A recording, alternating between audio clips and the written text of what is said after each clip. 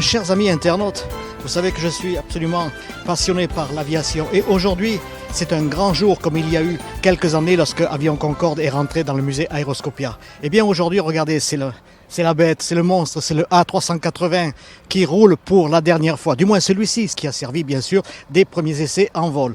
Aujourd'hui, eh bien, il rentre sur un tarmac, le tarmac nord de Aeroscopia, où dans quelques mois, il sera exposé en plein air et ouvert au public.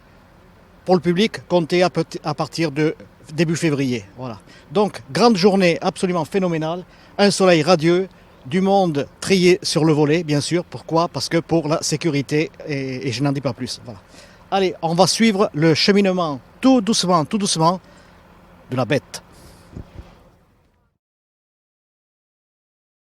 Monsieur Joseph Carle, bonjour. Nous sommes ici sur le nouveau tarmac nord de Aeroscopia et il va se passer quelque chose d'assez extraordinaire.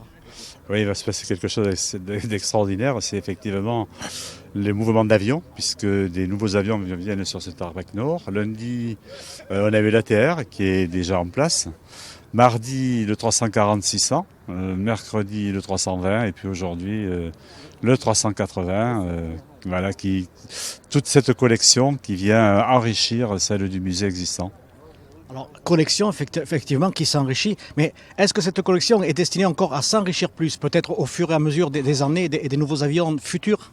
Alors écoutez, pour l'instant, c'est là le maire de Blagnac lui dit moi je suis plus compétent dans la mesure où maintenant Aeroscopia c'est la métropole, mais il est évident qu'un musée comme celui-là a vocation à s'enrichir, à renouveler les collections, tout comme la Cité de l'Espace est amenée chaque fois à proposer des modifications, et bien Aeroscopia sera amené là aussi à s'enrichir de collections avec les drones, avec tout ce qui vole aujourd'hui pourra se retrouver dans ce musée, c'est sûr. Effectivement, tout ce qui vole aujourd'hui prend une allure absolument époustouflante avec ce fameux monsieur Frankie Zapata. Oui, non, mais tout à fait. Quand on voit ça, et ça a sa place dans un musée comme celui-ci.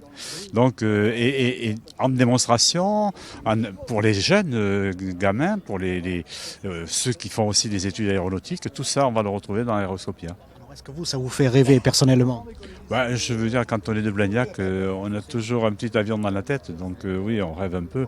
Être la capitale européenne de l'aéronautique, ça fait qu'on n'est jamais insensible aux avions. Hein. Un dernier mot sur ce A380 qui malheureusement arrête sa production. Ça vous fait mal au cœur ou bien c'est la destinée, point barre ? Non, mais je crois que le 380, il a eu le défaut d'être en avance. Je ne pense pas qu'il faille le condamner. Je pense que dans 10 ans, on reviendra sur cet avion. On sait qu'on a Airbus avait des problèmes de motorisation et ça compromet absolument pas le programme et les programmes que développe Airbus. Mais je suis persuadé que cet avion, il trouvera sa place dans 10 ans dans le catalogue Airbus. Vous savez par quoi je vais conclure ? Rendez-vous dans 10 ans.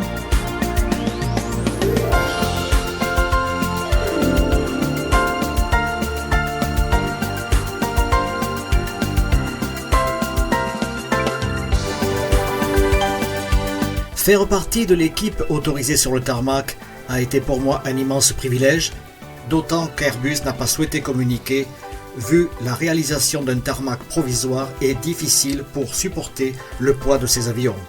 Mais tout s'est déroulé exactement comme prévu. Alors je remercie 1000 fois le personnel qualifié pour mon entrée sur le site.